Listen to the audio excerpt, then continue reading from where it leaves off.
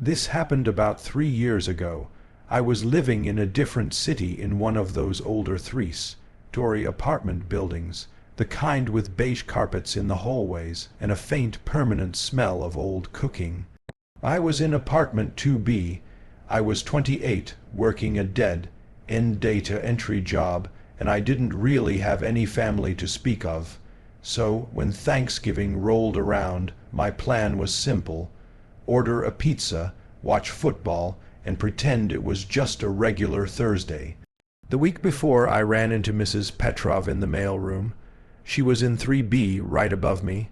She was a sweet old lady, probably in her late 70s, always wore a knitted shawl, and seemed to be cooking cabbage 24/7.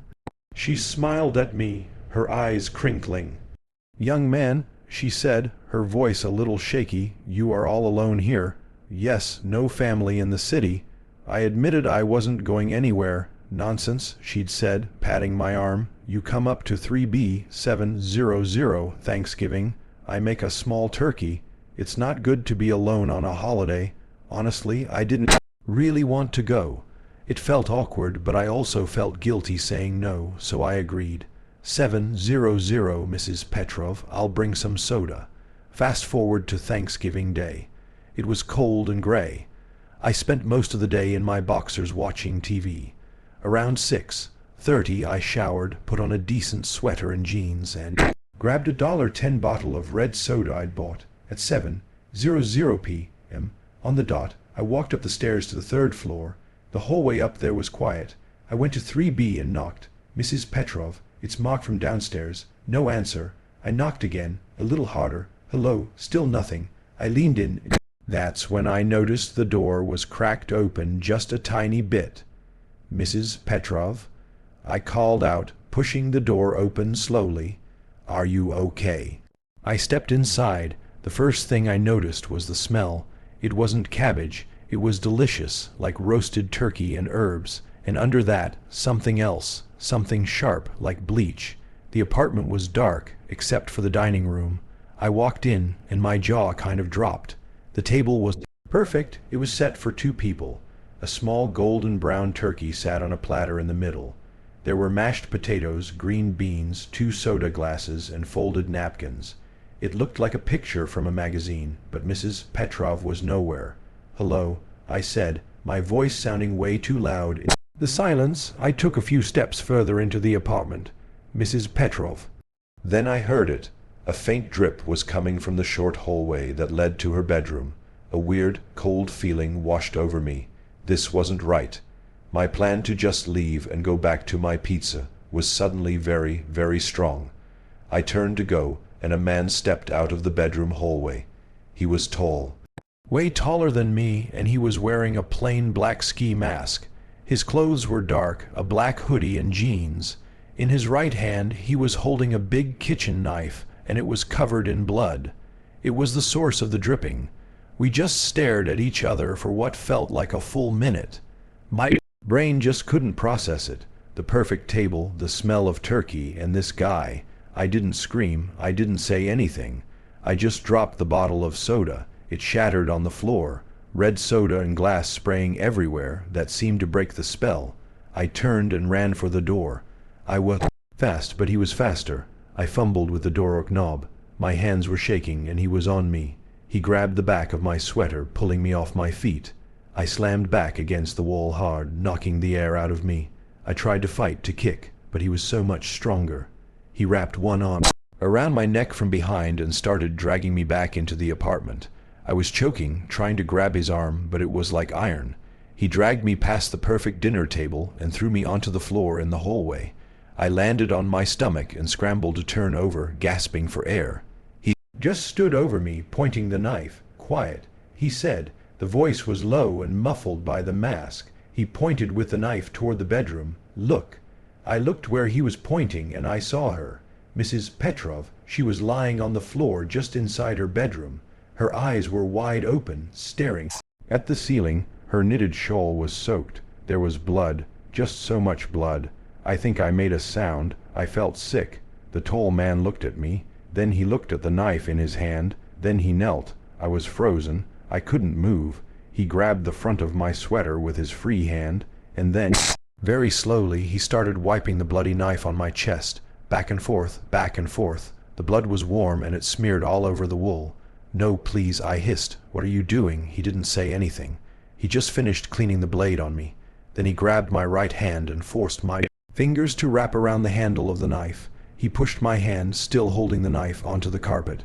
"Why," I stammered, tears starting to stream down my face. He just looked at me for a second. Then he stood up, raised his booted foot, and kicked me square in the side of the head. The world exploded in white-hot pain, and then nothing. I woke up to someone shouting on the ground, "Show me your hands now." My head felt like it was splitting in two. The room was spinning. I tasted blood in my mouth. I blinked, trying to focus. There was a police officer, gun drawn, pointing right at me. I looked down. I was on my hands and knees. The bloody kitchen knife was on the floor, right under my right hand, like I just dropped it. My sweater was drenched. What he tried to say, "Get on your stomach. Hands behind your back." I was so confused. The man in the mask. Where did he go? There was a man. I choked out as the officer cuffed me, the plastic biting into my wrists. A tall man in a mask. "Yeah, save it for the judge, buddy," the cop said, hauling me to my feet. They dragged me out of the apartment. I saw the perfect table, the uneaten turkey, and the shattered soda bottle. I saw Mrs. Petrov's feet down the hall, and I saw my other neighbors peeking out of their doors, their faces a mix of horror and morbid curiosity as they watched me. The guy from 2B get hauled away in handcuffs on Thanksgiving, covered in blood. The next few days were the worst nightmare of my life. I was in a holding cell. They interrogated me for hours. I told them my story, the tall man, the mask, the dinner. They didn't believe a word of it. So, let me get this straight. One detective said, "This tall man killed her, set a lovely dinner, invited you up, and then framed you. All in the span of, 30 minutes. It sounded insane. I sounded insane. The DA was charging me with first-degree murder. The evidence was all there. My fingerprints were on the door. My sweater was covered in her blood. My hand had been on the knife. I was going to prison for the rest of my life." I just sat in my cell numb. Then 4 days later, the same detective came to my cell. He looked tired and angry. "Well," he grumbled, unlocking the door, "it's your lucky day." It turned out the tall man was real. He was Mrs. Petrov's nephew. He had come over earlier that day around 5:00 p.m., demanding money for his drug debts. She refused. They argued. He snapped. He killed her, and then in a panic, he didn't know what to do. He was in her apartment for over an hour trying to figure out a plan when he heard me knock. He saw me through the peephole, the neighbor, the perfect sigh. He hid. He let me walk in. He let me see the table she had set before he'd even gotten there. He attacked me, wiped the knife on me, knocked me out, and put the weapon in my hand. Then he walked out of the apartment, went down the back stairs, and used a pay phone a block away to call 911. He reported a man screaming and sounds of a struggle in 3B. He set me up perfectly. The only reason they caught him, he was stupid. He used Mrs. Petrov's credit card at a liquor store 2 hours later. That plus the building's ancient grainy lobby camera showing him entering at 5 p.m. and leaving at 7:15 p.m. About 10 minutes after he must have knocked me out was enough. They released me just like that. Sorry for the mix-up, the detective said. I never went back to apartment 2B. I just got on a bus and moved. I couldn't stay in that building. They caught the nephew and I heard he's in prison for life. But it doesn't matter. I still have nightmares. This is a true story. It happened to my family. And even though it was years ago, Thanksgiving is never ever the same. I'm telling it because I think people need to know how fast things can go wrong, even in a house full of people. My grandma's house in Ohio was the command center for Thanksgiving. She was one of 9 siblings. So when our family gets together, it's not a gathering, it's a crowd. That year I was 19, home from my first semester of college. The house was already packed by noon. I'm talking 30, maybe 40 people.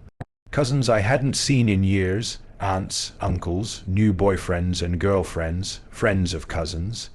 The front door was basically a revolving door. The noise was incredible. The football game was on in the living room. A bunch of my younger cousins were running around the backyard, and the smell of turkey and gravy was thick in the air. It was a perfect, chaotic, normal Thanksgiving. I went inside around 2:00 p.m. to get a drink. The living room was packed with my uncles yelling at the TV, and in the middle of all that chaos, sitting in my grandma's old armchair by the fireplace, was a man I didn't recognize. He was in his 40s, maybe. He was wearing a dark coat, like a wool pika coat, which was weird because the house was really warm. He was just sitting there, hands folded in his lap with a small, polite smile on his face. He was looking at everyone like he was just taking it all in.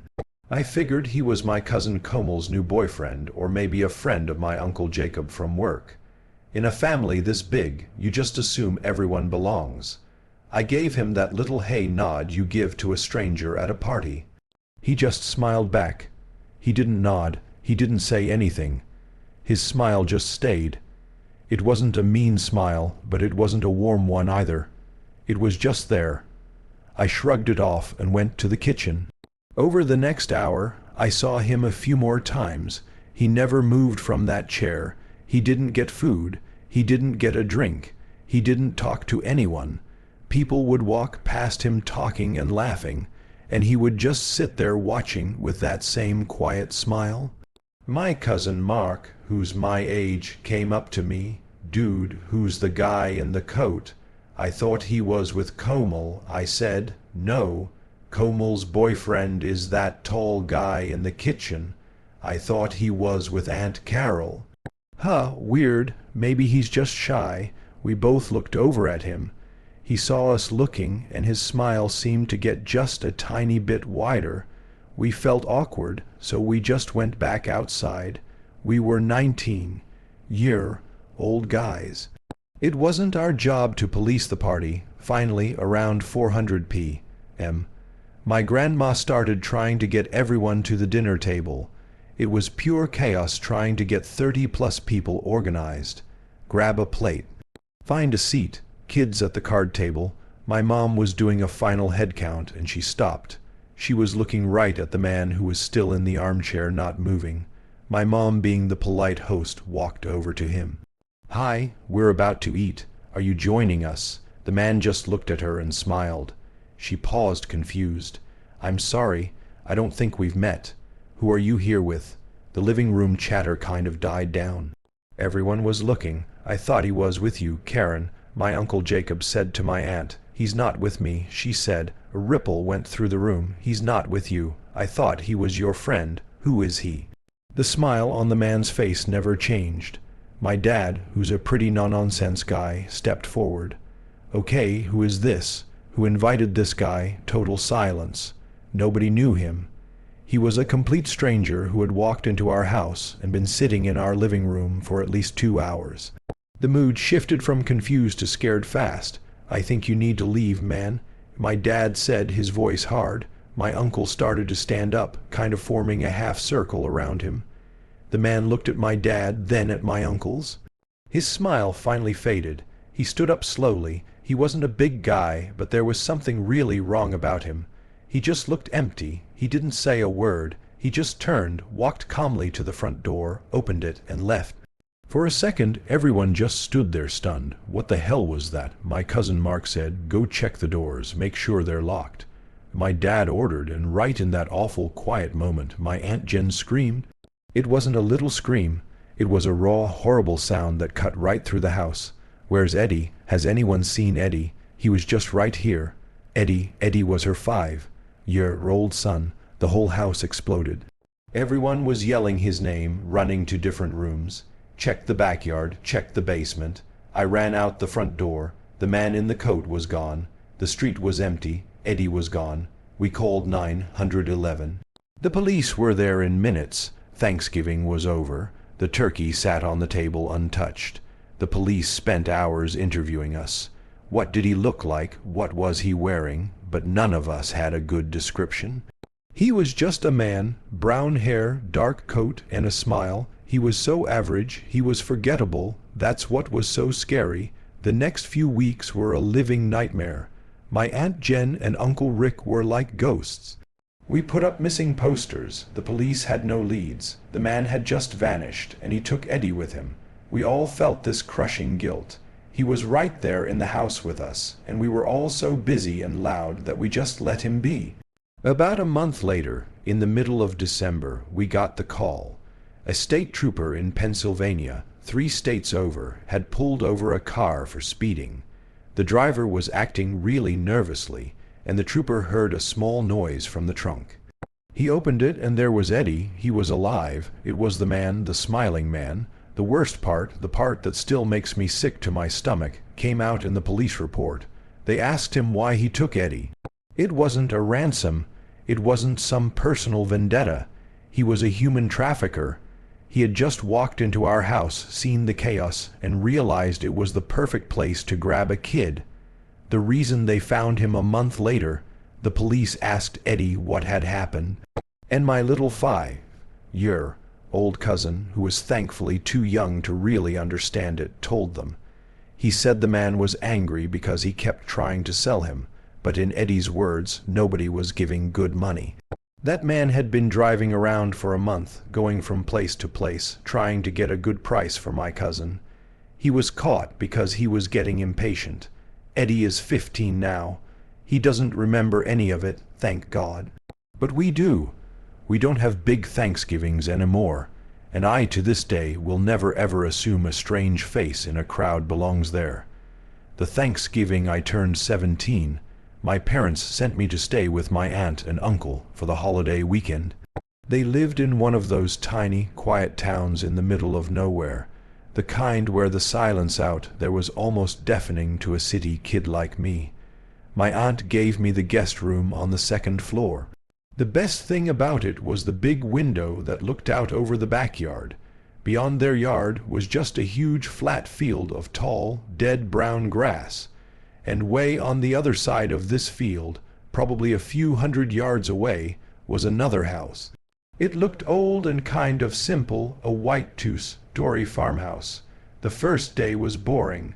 I mostly just read or play games on my phone. It was Wednesday night, the night before Thanksgiving, and I couldn't sleep. It was after midnight, and the house was completely silent. I got up and went to the window, just looking out into the dark. There was a bright moon, so I could see the field pretty clearly. That's when I noticed the house across the way. There were lights on. It wasn't the bright electric light you'd expect. It was a soft flickering glow. I squinted, trying to make it out. The light was coming from a big window on the 1st floor. A dining room, it looked like. As my eyes adjusted, I could see more detail. The light was definitely from candles. I could see them, several of them, on a long table. The table was set for a big dinner. I could see plates and glasses glinting. It looked like a huge feast, the kind you have for a holiday, and there were people inside. I couldn't make out their faces from that far away, but I could clearly see their shapes, their silhouettes moving against the candle light. It looked like a family. I saw a man, a woman, and at least one smaller figure, a kid. They were moving around, sitting down, maybe passing food. It just looked like a normal, if kind of old-fashioned, family dinner. I thought it was a little weird to be having a full-on Thanksgiving dinner with candles at 1:00 a.m., but whatever, maybe they were celebrating early. I watched for another minute, then got tired, closed the curtains, and went back to bed. The next morning was Thanksgiving. I woke up to the smell of turkey already cooking. I went down to the kitchen where my aunt was busy. "So, who lives in that house across the field?" I asked, just making conversation. They had a pretty late Thanksgiving dinner last night. My aunt stopped basting the turkey. She turned and looked at me, and her expression was just blank. "What house?" she said. "The white one," I said, pointing out the kitchen window. which faced the same way as my bedroom across the field. I saw them, looked like a full Thanksgiving spread, candles and everything. My aunt put the bastard down, her face went pale. "David," she said, "there's no one in that house. No one has lived there for years." I laughed, thinking she was kidding. "What are you talking about? I saw them, a whole family. They were right there in the dining room." "No," she said, walking over to the window and staring out. "That's the old Harrison place. It burned down 2 years ago. Tonight is the anniversary. Now I was the one who felt cold." "What do you mean anniversary? It looked fine to me last night. It was all lit up." "David, that's what's so horrible," she whispered. "The fire happened 2 years ago on Thanksgiving night. A horrible fire started in the kitchen. Mr. and Mrs. Harrison and their little girl Sarah, I think her name was. She was only 9. They all died. They found them in the dining room. The investigators said it looked like they had just sat down for their Thanksgiving dinner when the smoke got them. I didn't believe her. I couldn't. What I saw was too clear." "I'll show you," she said, grabbing her keys and pulling on a jacket. "You need to see it in the daylight." We got in her car and drove the long way around on the main road on Thanksgiving morning. We pulled up a dirt driveway that was overgrown with weeds. What I saw made my stomach drop. The house was a ruin. It was a burnt-out shell. The white paint I thought I'd seen was just patches that hadn't been turned completely black by the fire. The roof was gone over one side. The windows were all shattered or boarded up with charred planks of wood. My aunt must have seen the look on my face. "Let's go look at the dining room," she said very softly. We walked around the side to the big window I had been watching. The glass was gone. I looked inside. The room was destroyed. Everything was covered in a thick layer of black soot and ash. The ceiling above had collapsed, leaving it open to the sky, and right in the middle of the room was the ghost of a dining table. It was a melted blackened lump of wood with the twisted metal frames of chairs fallen around it. I just stood there staring. This was the room. This was where I had seen the candles. This was where I had seen the family moving, sitting down to eat their feast. I felt like I was going to be sick. It wasn't a prank. It wasn't a mistake. I saw what I saw. That afternoon I had to sit through a huge Thanksgiving dinner with my aunt, uncle, and cousins who came over. I just pushed food around on my plate. I kept picturing that other table, the burnt-out one, across the field. I didn't sleep in that guest room again. I moved on to the couch in the living room on the other side of the house. I kept telling myself there had to be an explanation, a reflection, a dream, something. But I know I was awake, and I know what I saw. They were just trying to finish their Thanksgiving.